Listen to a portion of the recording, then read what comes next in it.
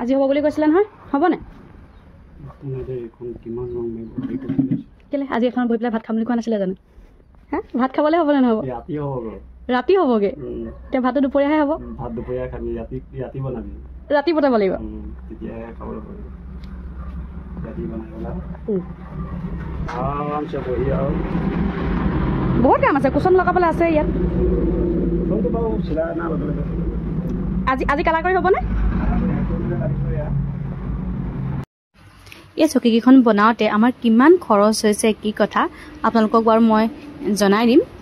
লগতে জনাবচোন কেনেকুৱা হৈছে বাৰু চকীখনৰ ডিজাইনটো মই পিণ্টাৰেষ্টত চাই এনেকুৱা ডিজাইনটো উলিয়ালোঁ আৰু দেখুৱাই দিলোঁ আৰু মই যি ধৰণে দেখুৱালোঁ তেনেধৰণে বনাই দিছে আৰু লগতে আজি এই দাদাজনক আমাৰ ঘৰতে ভাতকেইটা খাবলৈ ক'লোঁ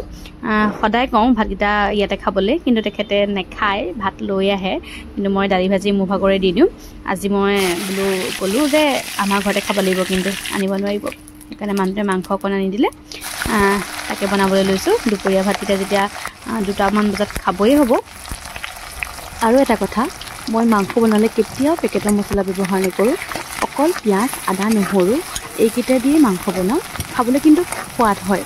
এনেকুৱা নহয় যে মছলা নিদিলে মাংসকণ বেয়া হ'ব এইটো নহয় মছলা নিদিয়াকৈ এনেকৈ খাই চাবচোন আপোনালোকে দেহৰ কাৰণেও অপকাৰী নহয় আৰু খাবলৈও সোৱাদ হয় দেখিছে নহয় মই কেনেকৈ বনাই গৈছোঁ আদা নহৰু পিঁয়াজ এইখিনি ভালকৈ ভজাৰ পাছত তেজপাতটো ভাজি ল'লোঁ তাৰপাছত বিলাহী দিলোঁ নিমখ দিলোঁ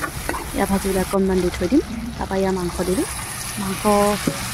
আমি 3জনৰ কাৰণে বনাইছোঁ আমাৰ মানুহজনে মোৰ আৰু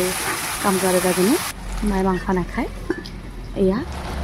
অকণমান দেৰি ভজাৰ পাছত আলু দিলোঁ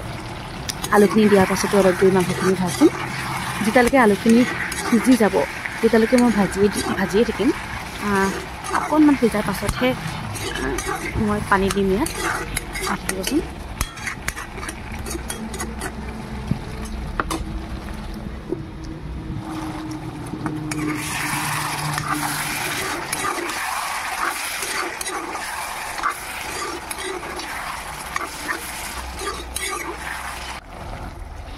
যিজন দাদাই আমাৰ এতিয়া ডাইনিঙৰ চকীখিনি বনাই আছে তেখেতেই আমাৰ ডাইনিংখন বনাইছিলে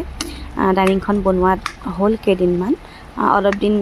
হোৱাৰ পাছত এয়া চকীখিনি বনোৱা হৈছে যিহেতু ইমান লৰালৰিকৈ দুটা পৰা নাযায় মই আপোনালোকক ভিডিঅ' দি দিম বাৰু ডাইনিংখনৰো চাব আপোনালোকে ইয়াত দেখিছে পানী দিলোঁ মাংসত আৰু এই পানীখিনি মই শুহাই দিম এয়া চাওক পানীখিনি শুহাই দিয়াৰ পাছত এয়া এনেকুৱা গ্ৰেভি হৈ গ'ল